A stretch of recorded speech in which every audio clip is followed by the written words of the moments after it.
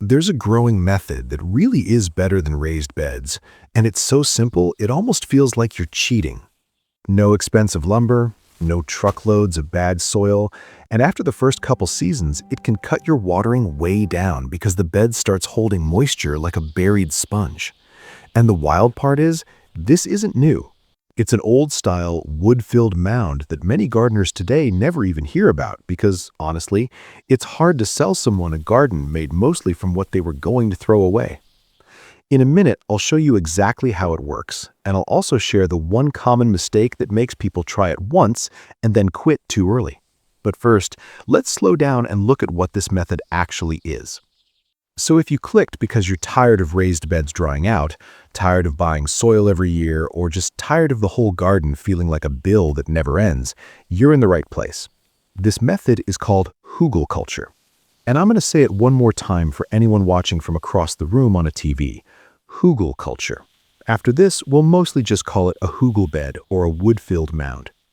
Now, I'm not going to pretend it's magic. It's not a miracle bed that breaks all the laws of nature. It's actually the opposite. It works because it finally cooperates with nature. Decomposition, fungi, moisture, soil life, the slow stuff. And here at Family Yard Kitchen, we're always looking for that kind of quiet system, the kind that feeds a family, fits real life, and gets simpler every season instead of harder. So let's walk through where this came from and why it makes raised beds look a little fragile. First, quick honesty about the ancient secret part. The word hugelkultur shows up in modern gardening through a small German booklet published in 1962 by a botanist named Hermann André. He described a method he said was already traditional in parts of Germany and Eastern Europe, especially in places where people had to garden in tough soil and make use of what they had. Now, do we have perfect documentation that medieval farmers everywhere were building hugel beds exactly like we do today? Not really. So instead of saying everyone did this for centuries, the more honest way to say it is this method is inspired by older regional practices and it was kept alive quietly mostly by everyday people, not by companies.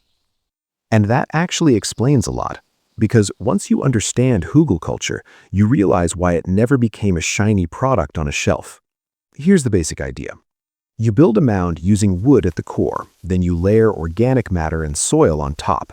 Logs at the bottom, then branches and twigs, then greens like grass clippings, kitchen scraps, or aged compost, then a good layer of soil or compost, and finally mulch on top. And then you plant right into it. Now, I want you to imagine the visuals for a second. A pile of sticks that would normally go to the curb, a few logs that were already rotting on the edge of the yard, a rake pulling over a blanket of fall leaves, hands layering it like you're making the world's most practical lasagna. And here's the first curiosity moment. Most people look at wood in a garden and think, won't that steal nutrients? Won't that dry out? Won't that cause problems? But the truth is, rotting wood doesn't behave like a rock. It behaves like something alive. And once you see what wood becomes underground, you understand why this method can be so steady. So let's talk about the biggest benefit first, the one families notice immediately. Water. All right, so here's the simplest way to understand hugelkultur. Decaying wood acts like a sponge. If you've ever picked up a piece of rotting log and you cracked it open, you know what I mean. Even after a dry stretch, the inside can feel cool and damp. That's because wood has a structure that can absorb water, hold it, and then release it slowly. So when you bury logs under a bed, you're basically creating an underground reservoir. And researchers have actually measured this in small studies. One well-known university analysis found hugel mounds held much more water than nearby flat garden soil, close to about double in the samples they tested. Now, I'm going to say this carefully because gardening depends on climate. A hugel bed does not mean you'll never water again. What it can mean, very realistically, is that after the first couple seasons, your watering needs can drop a lot, especially in places that get regular rainfall. And mound size matters. If you live in a drier climate, the hugel beds that truly coast through summer tend to be taller when first built, often more like 4 to 6 feet high, sometimes even taller in certain dry setups. A 3-foot mound can still help, but I want you to build expectations that feel good in real life. So here's how I would say it, like sitting at a kitchen table. This bed helps you hold on to the water you already get, instead of watching it run away or evaporate. And that's such a big deal, because a lot of yards don't just get dry, they swing. A heavy rain, water rushing off the lawn, down the driveway, into the street. Then 2 weeks later, dusty soil and drooping leaves. A hugel bed can act like a gentle buffer. It catches what falls on it, holds more of it in, and feeds it back slowly, like a pantry for moisture. And in a time when water bills are rising in a lot of places and summers are getting unpredictable, that's not a fancy upgrade. That's stability. If you enjoy calm, practical garden ideas like this, real ways to grow food and save money, consider subscribing. That way you won't miss the next backyard project we share. Now, water is only the first layer of the story, because hugelkultur doesn't just hold moisture, it also builds a kind of slow, steady fertility, and it changes the feel of your soil over time. Let's talk about that. So here's what happens after the water benefits start showing up.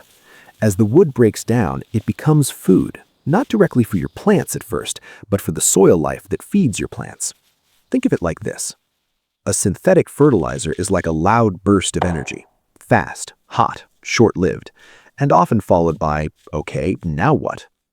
But a wood-filled system is more like a slow cooker. It doesn't spike, it simmers.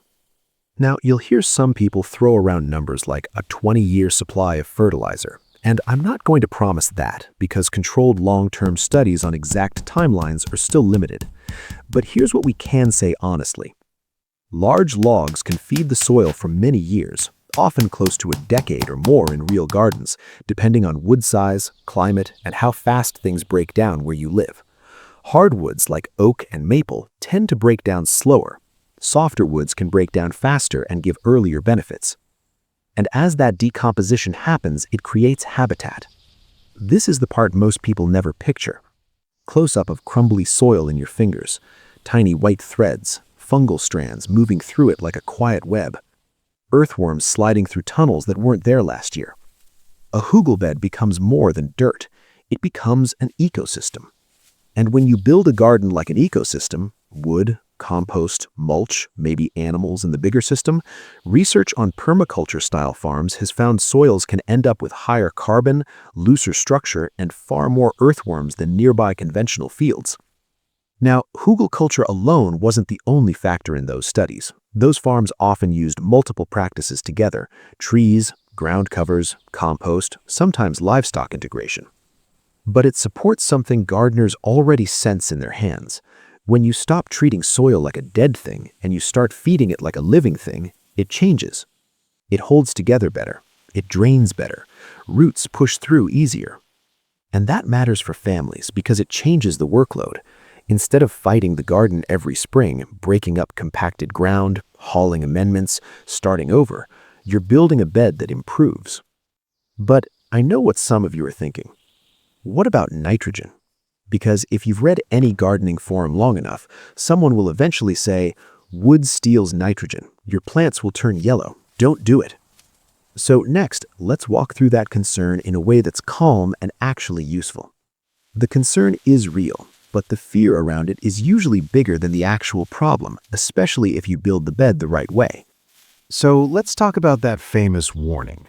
Wood steals nitrogen. Here's the calm truth. Fresh wood is high in carbon, and in the tiny zone where soil touches fresh wood, some nitrogen can get temporarily tied up while microbes get to work. That part is not crazy, but what gets exaggerated is the idea that your whole bed will fail or that your plants will starve. Small studies that have looked at hugel beds built properly, meaning you have a real soil layer on top, plus green, nitrogen-rich material in the build, have not found big, dramatic nitrogen shortages, and many gardeners find that after the first season, the bed starts balancing itself out. So the goal isn't to argue online about microbes. The goal is to build a bed that works in your yard. Here's how you do that in plain language. Don't plant straight into raw wood. You want a generous top layer of soil or compost, enough that roots can live comfortably while the lower layers wake up. And you want a green layer in the build. Those greens can be grass clippings, kitchen scraps, aged compost, even composted manure that's fully broken down and safe. And if you're wondering where families like ours can get that nitrogen-rich layer without buying bags, here's a gentle way to connect it to your yard loop. If you keep backyard chickens, the coop can be part of this system, but only if you compost that bedding properly first. Raw chicken manure can carry pathogens and it can burn plants. So we compost or age it, and we stop adding it well before harvest, especially for things like leafy greens and roots.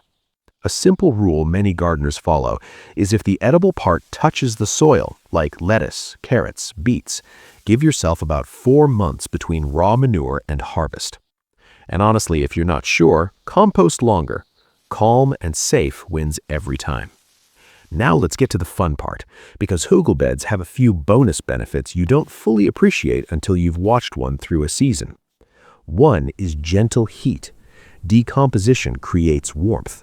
Not steam coming out of the ground warmth, just a mild warming from below that can help the bed wake up a little earlier in spring and cool down a little slower in fall, depending on your climate. If you've ever put your hand into a healthy compost pile and felt that cozy warmth inside, it's that idea, just slower and steadier. And then there are microclimates, which is a fancy word for something you've already felt. A mound has sides. The south-facing slope gets more sun and warms faster. The north-facing slope stays cooler and holds moisture longer. So in one bed, you can plant plants based on what they like. If you enjoy choosing plants that help each other, like what grows well together on the warm side versus the cooler side, our little guide, Veggie Matchmakers, is a calm, simple way to plan those pairings without overthinking it. Now, here's another huge benefit that doesn't sound exciting until your back reminds you. A hugel bed tends to till itself over time. Traditional gardens often get more compacted each season. You step near them, rain pounds them, the soil tightens, roots struggle. So every spring, you're out there breaking it up again. But inside a hugel bed, as the wood breaks down, it creates pockets and channels. Fungal networks form, worm tunnels multiply. So instead of you fighting the ground every year, the ground slowly becomes the kind of soil you wish you could buy in bags. And that leads us into the next question, because this is the part that makes a lot of people feel a little frustrated. If this works so well, why does it feel like nobody talks about it? Let's keep this gentle and realistic. Garden stores don't sit in a back room plotting against you, but stores do stock what sells, and what sells is what can be packaged. Raised bed kits, bags of soil, bottles of fertilizer, irrigation gadgets, and the promise that you can buy your way into an easy garden. And sometimes those things are helpful, especially for accessibility.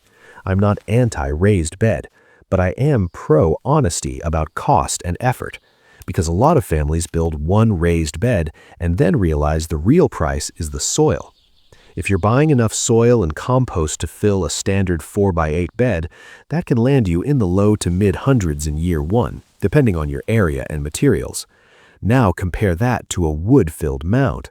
A hugel bed can be built mostly from fallen branches, old logs, leaves, yard clippings, kitchen scraps, and whatever soil you already have. So instead of paying to haul waste away, you're turning it into structure and fertility. And that's why this method tends to spread the old-fashioned way, not through a product launch, but through someone saying to a neighbor, "Hey, come look at this." Now, I want to stay evidence-minded here. You'll hear yield stories that sound unreal, like one gardener documenting around 120 pounds of cucumbers from 2 small beds in one season, plus dozens of pumpkins. That's an anecdote, not a controlled study, but it's also not random. It lines up with what this bed provides: steady moisture, loose soil, slow fertility, active biology, and room for roots. And certain crops tend to love hugel beds. Sprawlers and viners do great: cucumbers, squash, and melons. Potatoes do well in the loose soil. Beans can climb and help with nitrogen cycling. Heavy feeders often thrive because the bed is built to keep feeding. So the promise isn't instant perfection. The promise is a bed that gets more forgiving over time. Now, the next question is practical. How do we build one that actually works safely, especially if we're not trying to lift half a forest in one weekend? Let's do that next. All right, simple build, calm pace. You can dig a shallow trench if you want, or you can build right on the ground if digging isn't realistic. Step 1, place your logs, big pieces at the bottom. Use natural, untreated wood, oak, maple, apple, birch, whatever you've got locally tends to work. Avoid pressure-treated or painted wood, and woods that can cause plant trouble like black walnut and black cherry. Also, many gardeners skip cedar and black locust because they resist rot and can slow the process. Step 2, add branches and twigs, fill gaps, make it stable. Step 3, add your greens, grass clippings, kitchen scraps, finished compost. If you use manure, make sure it's composted or aged. And remember the simple food safety mindset. Keep a good time buffer before harvesting soil-touching crops. Step 4, top with soil or compost. You want about 6 to 10 inches on top, enough for planting. Step 5, mulch and water the first season. This is important. The first year is the establishing year. Roots are learning the bed is waking up. And yes, over time the mound will settle and shrink. That's not failure, that's the system working. Now, quick safety notes, especially for families and seniors. Termites. If you live in termite country, just keep these wood-filled beds well away from your house and leave a simple inspection strip near the foundation. Calm prevention, no drama. Stormwater. These beds are great at holding the rain that falls on them, but don't rely on a hugel mound as a dam holding back big flows coming downhill. It's a sponge bed, not a wall. Ergonomics. Logs are heavy, so build modest, build slowly. Break it into sessions. Invite family to help with the lighter layers like sticks and leaves. And if kneeling is hard or lifting isn't safe, here's the best small space, senior-friendly variation. Use a tall raised planter, waist high, and put logs and branches in the bottom. Then top with 10 to 12 inches of good soil. You get less purchased soil, better water holding, and a bed that's easier on your back. That's a win-win. If this kind of practical, low-stress gardening is what you want more of, you're welcome to subscribe. We keep it calm, we keep it doable, and we build systems that actually fit family life. So here's the takeaway. A hugel bed isn't about being trendy. It's about building one good thing that keeps helping you. It holds water better. It feeds the soil slowly. It becomes softer and more alive over time. And it turns yard waste into a garden that feels steady. And that kind of steadiness, it spills into everything. It's fewer trips to the store, less stress in the heat of summer, more confidence that you can put real food on the table, even when the season doesn't behave. And if you made it all the way to the end, here's what I want for you. I want your garden to feel like a place your family actually loves being around, not a chore you dread, not a project that keeps asking for money, just a quiet, living corner of the yard that keeps giving back. So, if you enjoyed this video, you're going to really enjoy the next one. It's another simple, family-friendly idea, one of those changes that makes the whole backyard feel easier and makes it more likely everyone actually joins in. Your future self will thank you for it, and honestly, your family will too. I'll see you in that next video.